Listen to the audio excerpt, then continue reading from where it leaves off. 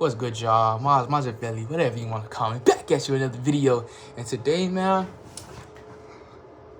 I don't really know, but I do want to talk about something. Music, bruh. I want to talk about a classic album, okay? Albums. So, my dog, Jiro, I sent him this song by Mac Miller, whatever. He went to go check out his album, and it got me thinking. Not only about that, but I seen something on Twitter as well regarding a Schoolboy Q album. And it was kind of one of those, like, he compared it to a movie, and he was like, you watch it the first time, it's good, but you gotta watch it again. And then, you watch it again, then you have different meanings. And it's the same thing for the album he was describing. And that's kind of how I feel about classic albums. Classic albums you will revisit. Classic albums are a moment, a timestamp, if you will. And I believe they're like that because of it was that time. It was encapsulated the time, the exterior, as well as the interior, okay? It was going outside, inside, one at that moment of time. Boom, consensus. Classic albums, in my opinion, the ones that I've been thinking about recently, Gemini Rights by Steve Lacy. It is a 35-minute LP with 10 songs. Literally just saw it right now. And, man, it's a classic album, in my opinion. Every song feels like it fits. I think that's what has to go with it. I don't think, because I've seen some discourse. I've been seeing discourse about classic albums, 10 out of 10 albums, like, are no misses, straight hits, this and that. But it's like, someone said it best, an album isn't supposed to be straight hits. It wasn't made with that intent. It was made with the intent of being an experience. The songs were meant to be listened to together, which I think is something we kind of lost with playlisting. You can just listen whatever you want, which, I mean, take it how you will. If it wasn't for streaming, I would not even be able to listen to half the music that I've listened to in my lifetime. So, there's positive and negatives, but at the same time, the album experience kind of just like, people just load up songs. But when you get an album like Gemini Rights, I mean, it's amazing. It sounds good together. You want to listen to the album together. Me personally, that's how I like to listen. That's my preferred way of music. Another example, I'll go with a good album, okay? I won't say a classic album, but I would say one of those albums that I will revisit. Black Swan by Smino. And something that I realized these different albums have in common. Another one I'm going to use, these are going to be three I use. Gemini Rights, Black Swan, and Swimming. Steve Lacy, Smino, Mac Miller. Now, the thing that all these have in common is how unique they sound. They sound unique because they sound like the sound that the person is projecting, okay? Like Smino, like, honestly, his music, I really never heard nothing like it, It's new to me, it's enticing me, it's interesting to me, and it's really just him being himself, down to the core, as himself as he can be. And I remember Mac Miller said that he's like, his goal with every album is to make it as him as possible. And I think that's beautiful, I think that's real, I think that's something that every music artist should take and try to implement. You want the album to be as much you as possible, as honest as you can be, because that's where the vulnerability comes in. And once I'm listening to something, I'm like, damn, I feel that, I felt that. That's one of the most powerful things an artist can do. And when that happens, I became a fan of Mac Miller listening to the Swimming album. That album is my comfort album. That album is the album I listen to when I'm sad. If I could be sad, I'll listen to that album. I can be scared, I'll listen to that album.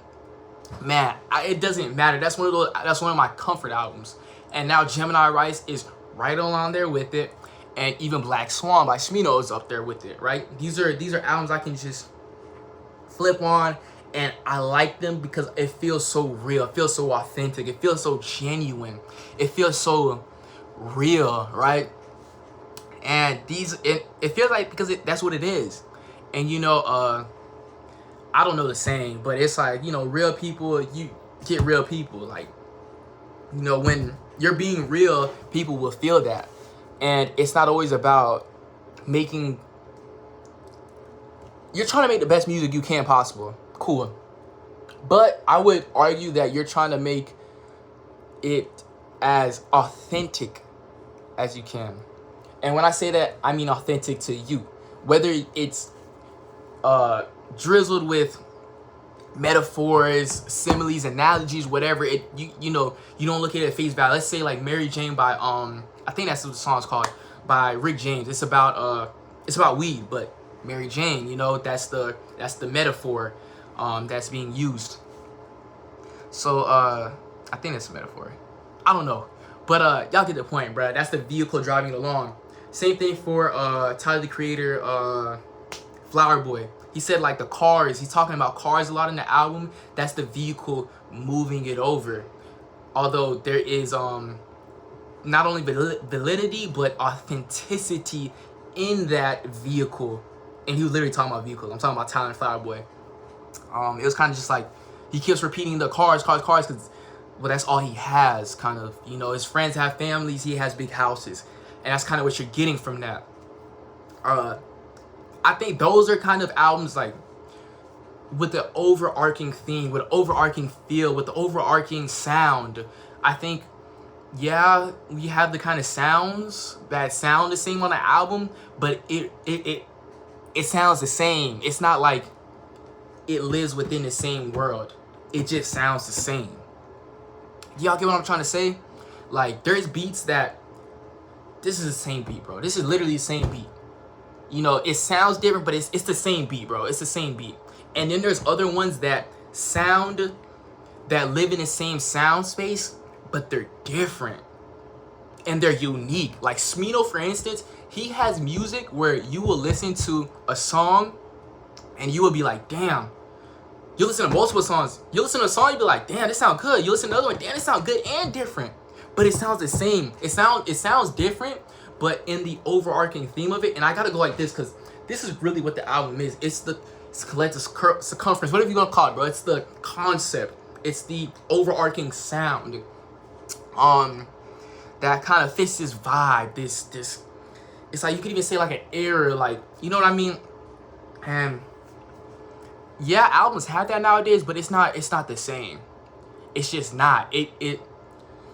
Things can live in the same, you can use the same instruments and come up with something different. Like, a lot of things are just repetition. It's the same thing. And it's obviously, you know, I'm not gonna blame it all on just DAWs, because DAWs has been out. DAWs is like I forgot, digital something workplace. I don't remember, bro, but it's where people make beats or whatever. And it's not the same as actually having the instruments and doing that, but at the same time, it's like, man, because of that, I feel like things have gotten so structured. You kind of know what to expect with that. But I go listen to a not only a Steve Lacy, I'll use some other. We go listen to a Swimming by Mac Miller. Man, there's gonna be different structures. There's gonna be bridges in there. There's gonna be beat switches in there. There's gonna be these things that add to it.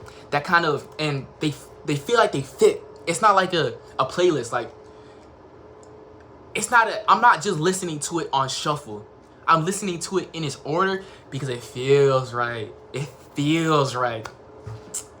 And man, I love music, y'all, because those 3 albums are 3 albums that I genuinely feel like have touched me in a way, you know, that inspire me. Especially like Smino, you know, he does contemporary rap compared to like underground, compared to like Cardi, compared to like that kind of rap. You know, he does his contemporary rap, but at the same time, it's like, if I had to compare it to anybody, and I haven't listened to this person extensively, but if I had to compare it to somebody, it'd be Andre 3000, because this nigga flows. He just flows. His flows are like, ain't that bit like an empanada? Y'all not gonna know what I'm talking about. But man, it's unique. It's him. Like, it's really him. It's kind of like these mumble rappers. I don't want to say mumble rapper, but mumble rappers, like, it's kind of like they had to be them to be that, right? They didn't say, I'm gonna. Uzi didn't be like, you know, I'm gonna just stick to this normal rap. And Cardi didn't say that. They say, you know what, I found this sound, I fuck with it, I'm gonna continue to do it, even if nobody's messing with it right now. And that's what you gotta do. You gotta stay true to yourself. That's the overarching, you know, stay true to yourself when you're making your music or whatever. But Smino did that, and Smino's music is unique. I don't know another rapper that sounds like him. I go listen to Mac Miller. Mac Miller, if you ask me, I get, a lot of people love him, first and foremost, but I realize some people don't. And in my opinion, this nigga can spit. You know what I'm saying? This nigga can spit. He's spitting and he's painting a picture. He's painting pictures. One thing I would say about him is, man, like, he knows how to, like, it's just, He's painting a picture. That nigga can rap his ass off. You know what I'm saying? Like, literally. And I mean, like, he can paint a picture. It's not just like, I fuck a bitch, I'm getting high, I'm doing drugs. Like, these are things that he's doing. These are things that he's describing. It's kind of like how there'll be like regular rappers and then Drake says this. You know, he makes it sound all different. Mac Miller does that. And Mac Miller does that in like a existential kind of way. Kind of like in your head kind of way as well. Like, in a, he's drawing these comparisons that you wouldn't even think about. These double entendres. These painting a picture. That nigga can paint a picture. And then, you know, we come back to Steve Lacy. Steve Lacy is, well, I mean, underrated. If we're being frank, you know, I'm not too tapped into Odd Future. Obviously, you know, you got Earl Sweatshirt. But if you ask me, bro, I'm looking at Frank, Tyler, Steve Lacy. And I feel like Steve Lacy's cut from Nerd Cloth. Now, I know a whole bunch of people make beats over there, but Steve Lacy making a lot of instrumentals, writing a lot of the lyrics, really being into it, like putting himself into his music. And it's not just Gemini Rights. You go back and look at his previous 2 projects and you're listening to those projects, it's kind of like if you like one song, you'll like the whole album kind of thing, or the whole project. And that's how I feel. I feel like I said this about Smino, like I think it's less about him, but I don't know. But I say he's one of those artists that, like, if you like one song, you can like all his songs. And there's artists like that. Like, Mac Miller is one of those, like, or majority at least, okay? You know, as these people don't, like, just drop off in quality randomly. But, like, usually you like one song, you'll like all the songs. Because all the songs kind of give you that.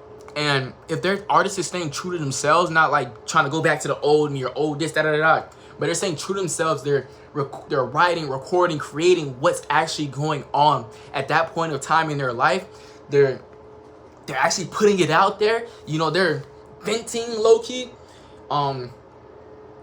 Well, that's what's inside of the project. There's authenticity. There's reality inside of this project. And with that being said, well, the real shit lasts and the fake don't. You get what I'm saying, bruh? The real shit lasts and the fake don't. And that is something that people don't really get. You know what I mean? You can be fake to get where you're trying to go, but it's the real that lasts, you know? It's not the trends. It's the shit that's deep down inside you. It's the shit that you actually want to do. You know what I mean? And you got to find what that is for yourself. You got to find yourself. And music expression, it's a way to kind of find yourself. It's a way to know yourself. Sometimes I'll write a song and I'll listen to it, or I'll read it. I'll be like, damn, that's crazy. You know what I mean? It's crazy. Like, I have a song.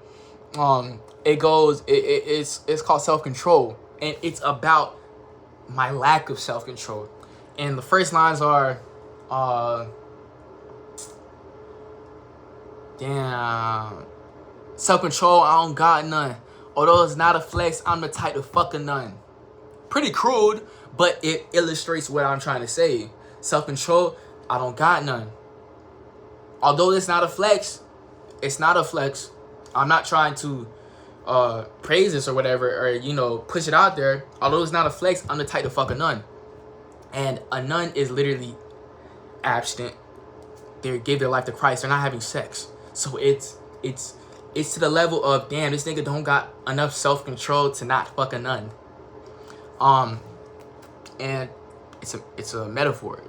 I think metaphor is a word, but you get what I'm saying? I'm trying to illustrate. I'm trying to paint the picture. I'm trying to give the vibe off. That's what it is. And personally, kind of going on myself now, it's really tone. But tone just comes the more you do it. The more you do it, the better you get, period. And that's with anything in life. But yeah, y'all, shit like that is like, damn. You get what I'm saying? Like, shit like that is the shit that keeps you going back. Shit like real shit is what keeps you going back. Like, and I'm saying that as I have songs where I'm just saying bullshit that will go in one ear, out the other. But certain songs, man, certain realities that you paint, man, that shit lasts. But